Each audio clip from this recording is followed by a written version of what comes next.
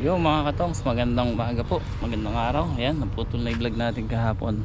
So ito, nayari naman nilang lagyan to kahapon ng letting. Ayan, kompleto na yung balag natin. Kaya lang yung isang side doon sa kabila, lalagyan din natin yan. So sisingit lang natin yan. Kanina pinabanlawan ko sa kanila to, pinadilig ko ng tubig. Ayan, at pinatabang kasi nila kahapon to. So kailangan mabanlawan yung puno para hindi kapitan ng punggus. Ganda na yung patol, yung ampalaya natin, kaso mauod. Nauubos na yung natin, yung usbong. Maraming uod.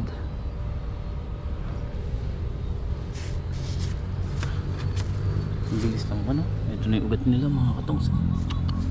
Huh? Ugat nila. Yan, ugat nila yan. Yan po. Nasa labas na.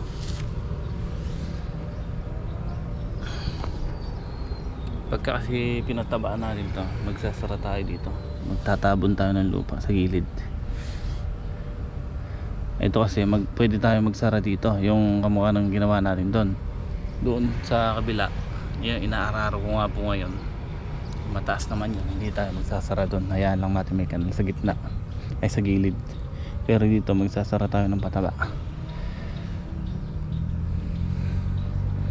Yan, tumatalab na yung pataba niyan. Unique 16 ang pinataba nila kahapon.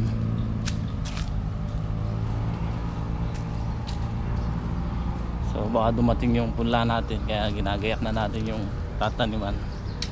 Ayan, didiskuhin ko ngayon yung pagitan nito para magkaroon ng kanal. Sige, nag-diesel pa? Sigurado ka may dadaanan doon, ha? Maluwang?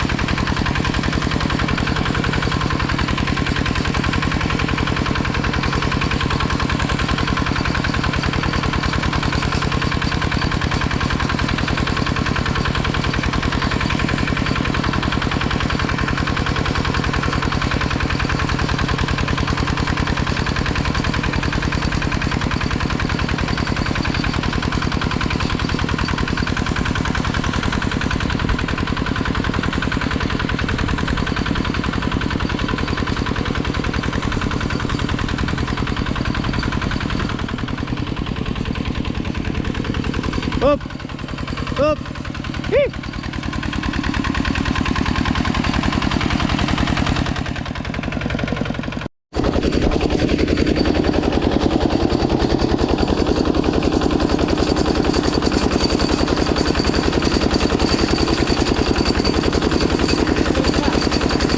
Dahil mamaya na yun.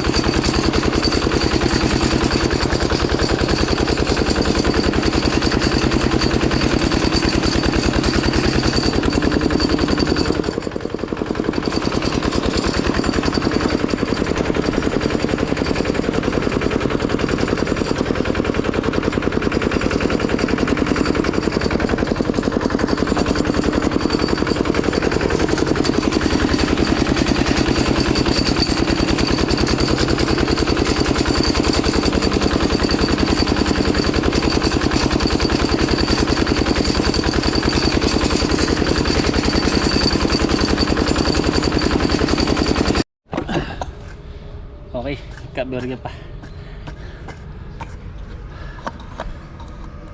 Durog yung bearing. Ayun. Ha? Ang bearing. Tingnan mo nga. Ganda sana na eh. Wala namang ano kayo. Wala bang ban dyan? Yawa mo. Wala nang bearing eh. Ano matatanggal eh. Dito dito mo iba. Pero yung dalawa buo pa no? Ito importante kasi.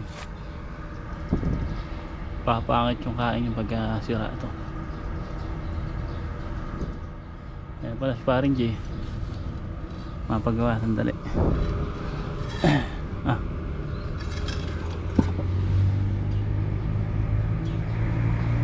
Kaya ano, kayang-kaya yan. Nagwe-welding ano? Si Tambo.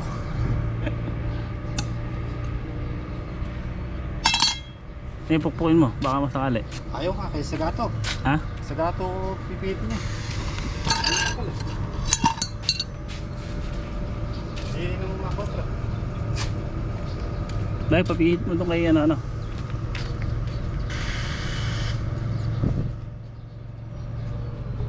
Importante kasi itong mga katong sim guide kasi na-adjust to. Iba yung disco po nito, bilog.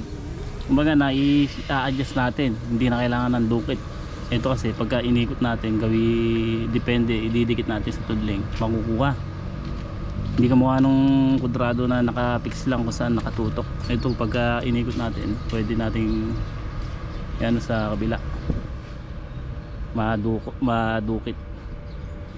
Papagawa natin. Ayan pala si paring J.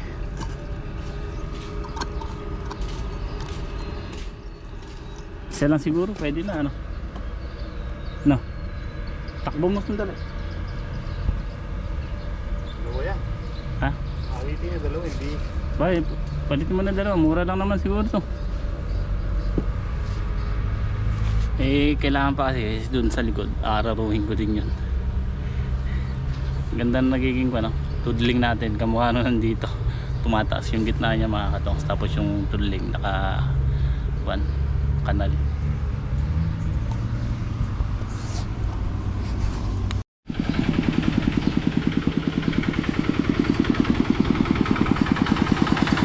Wala na, sa mangga.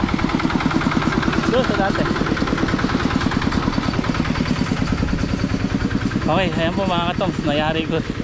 Nayari din. Ayan, ang ganda oh. Ganda ng pagkakanal natin. Oh. Yun nga lang, sira-sira yung plastic. Pero patatanggal na natin siguro yan.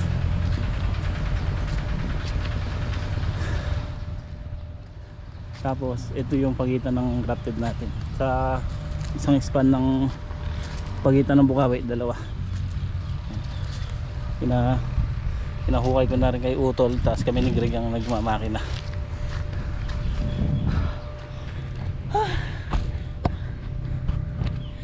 Sabi mga katong sa init. Nagka-aberya kasi eh. Pero nung mabilis naman ginawa. Kaya ayan, natapos na natin. Sakto tanghalian.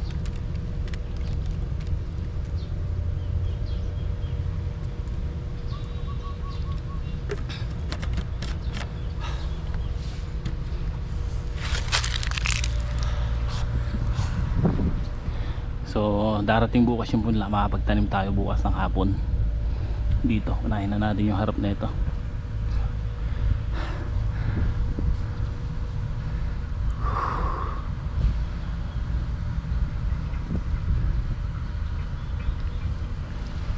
Maulan sana kahit ambon para makalibur sa dilig. Wala natin basahin muna yan bago natin taniman. Ganda ng pagkakanal oh. Tumaas na yung gitna tapos medyo umano na yung tudling. So dito titingnan natin kasi nga ang balita El Nino kaya madalang ang ulan. So mataas naman po ito kaya hindi na tayo magtataklob siguro dito. Pero titingnan pa rin natin, depende yon sa magiging lagi ng panahon. Ibig sabihin ko sa mga katong hindi tayo magsasara ng pataba. Kumbaga puro saboy lang tayo ng pataba rito kasi mataas yung tudling na ito eh. Pagka nagsara tayo tataas pa lalo eh. Kung mag-aaraw mahirapan mo tayo magpa-bulas ng ampalaya pagka mataas yung tudling tapos mainit. Kaya ganyan na lang muna yan. Ngayon pagka kasi mataas naman to eh, naagad naman yung tubig nito, walang natutulog na tubig dito. Kaya kahit na umulan, kung ganyan yung kanal, okay lang maagad yung tuyo. So doon kasi sa likod may mga part na mabababa, nakagitna, kaya kailangan nating magsara doon. Dito mababa, ay mataas kasi to. So depende nga mga katong, titignan natin yung panahon, magiging panahon kung ano mangyayari. Pagka nag-ulan, so magsasara tayo.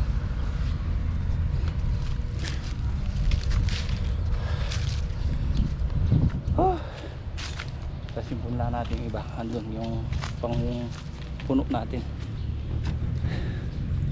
So nabago plano namin dito ni boss. Marami naman na daw yung ampalaya natin, kaya ito sili na lang to para dalawang klase kasi puro ampalaya. At least may kwan tayo, may kwan tayo, may kumbaga pa magkaiba. Yung dalawang klase lang naman na yun, pwede na. Puro sili to. Total pasok na rin yung bare months. Eh maganda naman natin yung sili, patagulan na. So pipili tayo ng sili. Di muna yung mahika kasi yung mahika mabilis umipas. Siguro yung kwan, yung chatay na variety na panigang, tapos susubo subukan natin yung isang klase na binhi.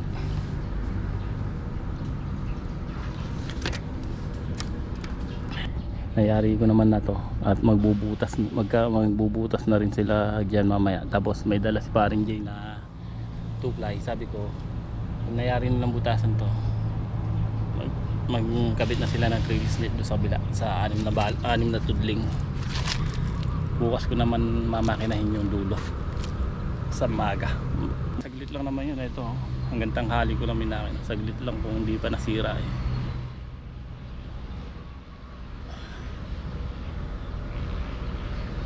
Nung kasi natatakot ako magano dito, mag hand tractor ng 2 gulong, baka matumba kasi tapos may mga kanal pa magabi ng gilid, may mga sangka. So nagpaalalay ako sa kay Greg kanina habang tumatawid nga dito sa mga hukay. Eh yun, maganda naman yung pagpasok ng makina, at least hindi na tayo upa ng kalabaw. Tapos yun din, bagay kwan din po yan mga katungs, maganda rin yung pagkabasal ng kalabaw. Labo hagod na yung lupa, tsaka natin nakuha na ng disco. So kung basal kasi yan tapos ikuha natin ng disco, makunat, tsaka nahiklat kasi, nadukit kasi ng kalabaw yung nasa gilid mismo ng tudling. Kaya yun ang nakaganda rin sa kalabaw. Pag basal pwede natin pakalabaw, pero pagka pahalo-halo na pwede na yung hand tractor. So ito mga ilan araw haluin uli namin yan para tapos itutudling plastic mulch. So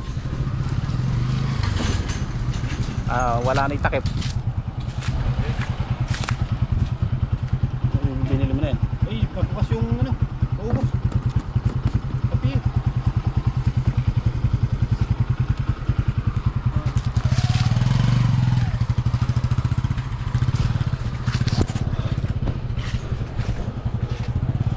Bumili ka ulam?